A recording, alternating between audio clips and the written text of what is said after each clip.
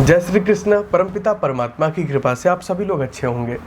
जिंदगी में एक बात हमेशा ध्यान रखना, एक आदमी से बहुत संभल के रहने की आवश्यकता है। वो कौन? वो आपका मित्र। उससे आपको बहुत बड़ा लाभ भी मिल सकता है और ये ध्यान रखना, उसी से आपको बहुत बड़ी हानि भी मिल सकती है। आपका सर्कल जैसा है, आपका जीवन उसी तरीके से बनता चला जाएगा और आपको पता भी नहीं चलेगा। यदि आपका मित्र बड़ा शुभ गुणों से युक्त है और अच्छे कार्यों में लगा हुआ है, बड़ा बिजनेस करता है कुछ, तो ध्यान आप देना कि आप उसकी तरफ बनते चले जाओगे। कहीं ना कहीं आपका भी ध्यान उसकी बिजनेस आदि की तरफ, अपने काम को बढ़ाने में लग जाएगा।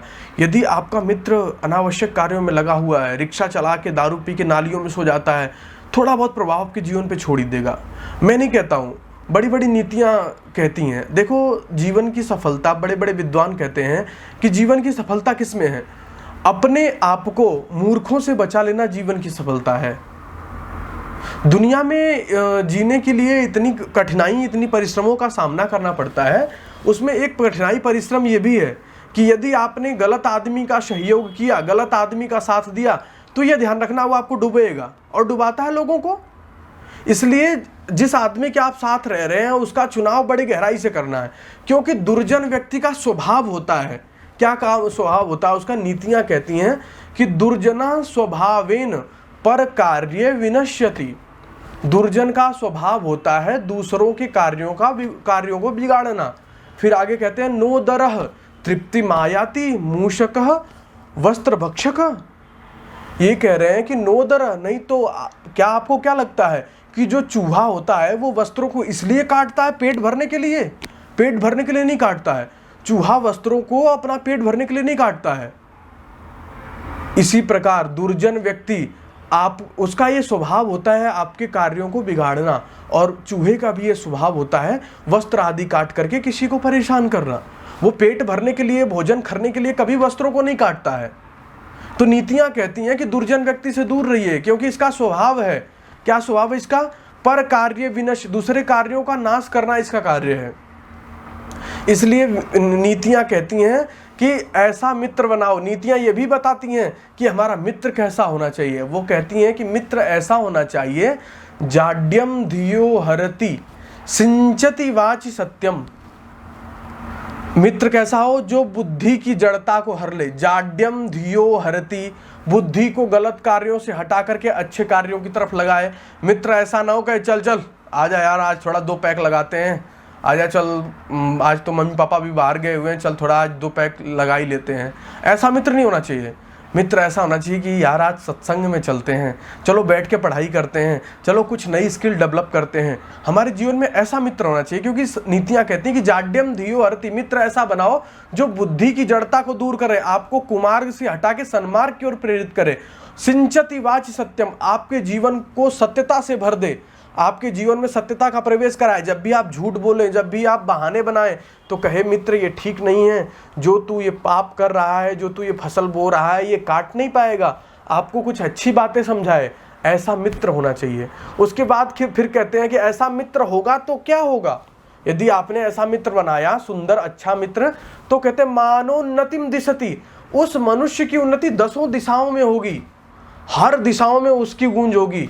जिस मनुष्य का मित्र अच्छा है, वो अच्छा है, उसके स्कूल वाले भी कहेंगे देखो ये बच्चे कितने अच्छे हैं, इनका सर्कल कितना अच्छा है, ये दिन भर अपनी पढ़ाई लिखाई, अपने कार्यों में लगे रहते हैं, किसी से लड़ाई झगड़ा नहीं करते हैं, माता पिता भी बड़ाइयाँ करते हैं।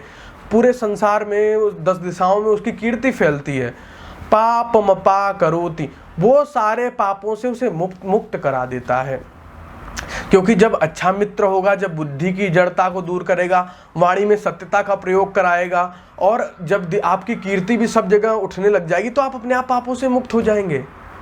तो नीतियां कहती कि हमारा मित्र ऐसा होना चाहिए। ऐसा नहीं होना चाहिए कि जो हमें दारू के ठेके पर ले जाके गए, चल चल मित्र आज पी लेते हैं, आज तो कोई नहीं है, चल तू दारू खरीद के ला, मैं नमकीन खरीद के लाता हूँ। ऐसा मित्र नहीं होना चाहिए। मित्र कैसा होना चाहिए? जो हमारी बुद्धि की जड़ता को हर ले। यदि हम कुछ गलत भी करने जा रहे हैं किसी भी प्रसंग में, आप ध्यान रखिए, बच्चे हर बात माँ बाप से शेयर नहीं करते हैं। उनके जीवन की बहुत सारी व्यक्तिगत बातें ऐसी होती हैं जो अपने मित्रों से शेयर करते हैं। वो अपने ब्रेकअप की बात और ऐसे वैसे जो डिप्रेशन से, टेंशन, फेल होना, पास होना, बहुत सारी बातें जो अपने माँ बाप से वो करते ही नहीं हैं। अपने मित्रों से ही करते हैं। तो जितने भी उनके मित्र हैं एक दूसरे के, वो क्या करें, एक दूसरे को सन्मार्ग की ओर प्रेरित करें, उन्हें उन चीज़ों से निकालने का प्रयास करें, उन्हें आत्मज्ञान की ओर लाने का प्रयास करें। कुछ हेतु मेरे को ऐसे मिलते हैं, मैं कुछ लोगों को, मेरा एक दो शिष्य है, मैं उनको समझाता हूँ कि इन अच्छे बुरे लोगों से थोड़ा बच के रहो।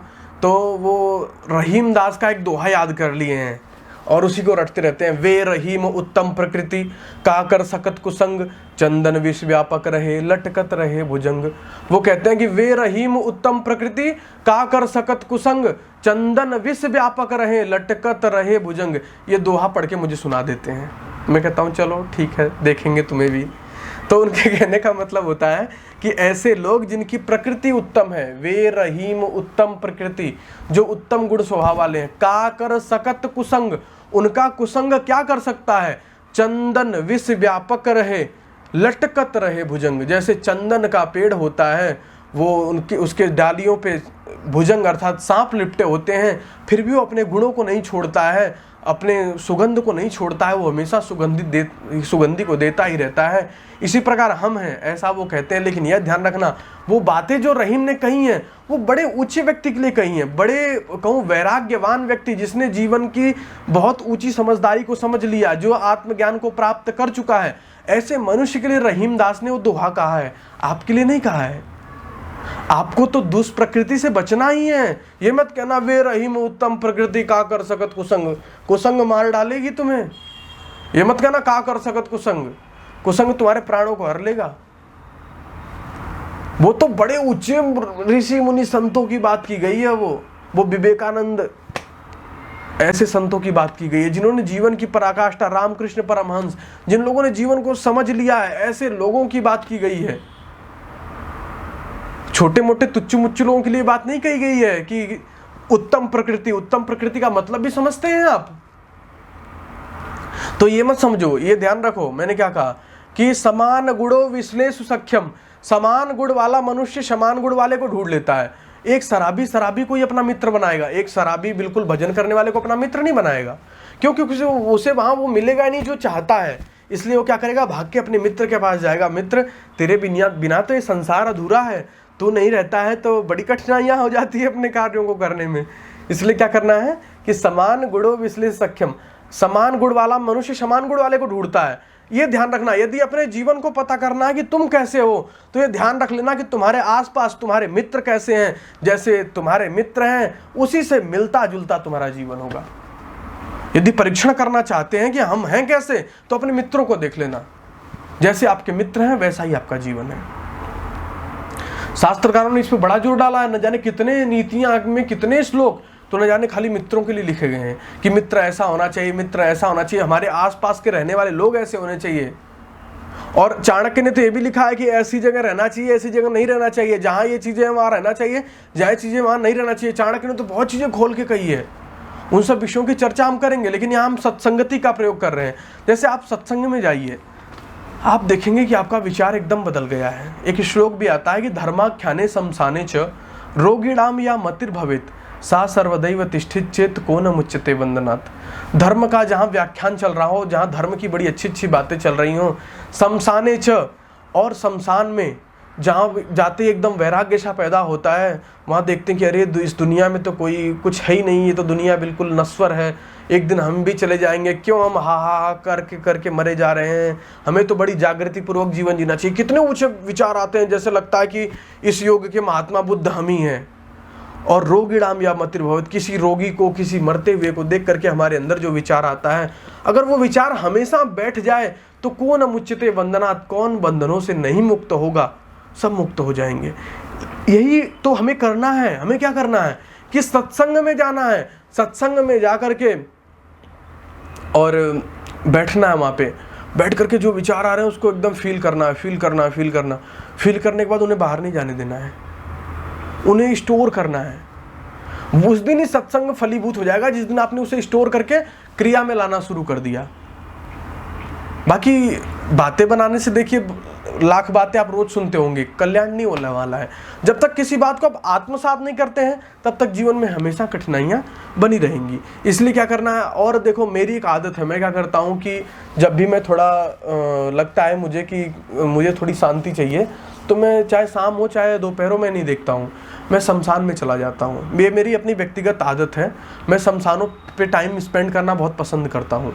क्योंकि देखो ऐसा नहीं कि मुझे मेरा मन भटकता है, पर मैं चाहता हूँ कि मैं उसी सुकून में जीवन जीना चाहता हूँ जो दुनिया की वास्तविकता है। नकली ढोंग और पाखंड और दिखावे में नहीं जीना चाहता, इसलिए शमशान जाता हूँ। बहुत सारे लोग मेरे से मिले जो पूछे भी कि आचार्य जी आप ज़्यादातर शमशान में क्यों जाते हैं। मैं इसलिए ही जाता हूँ कि जो वास्तविक दुनिया है उसकी पहचान में ही जीता रहूँ। कुछ दिखावा, कुछ प्रपंच, कुछ ढोंग आडंबर ये हमें ना घेर लें। वैसे तो नहीं घेरेंगी, परंतु फिर भी वो वास्तविक दुनिया देखना ही अच्छा लगता है, इसलिए मैं जाता हूँ। आप भी प्रयास किया करिए कि ज़्यादा समय आपका सत्संगों में बीते, अच्छे स्थानों पे बीते, अच्छे लोगों के साथ बीते। जब आपका पूरा सर्कल अच्छा होगा तो आपका जीवन स्वतः ही अच्छा बनता चला जाएगा। इतना ही कह के मैं अपनी वाणी को विराम देता हूँ। जय श्री कृष्ण।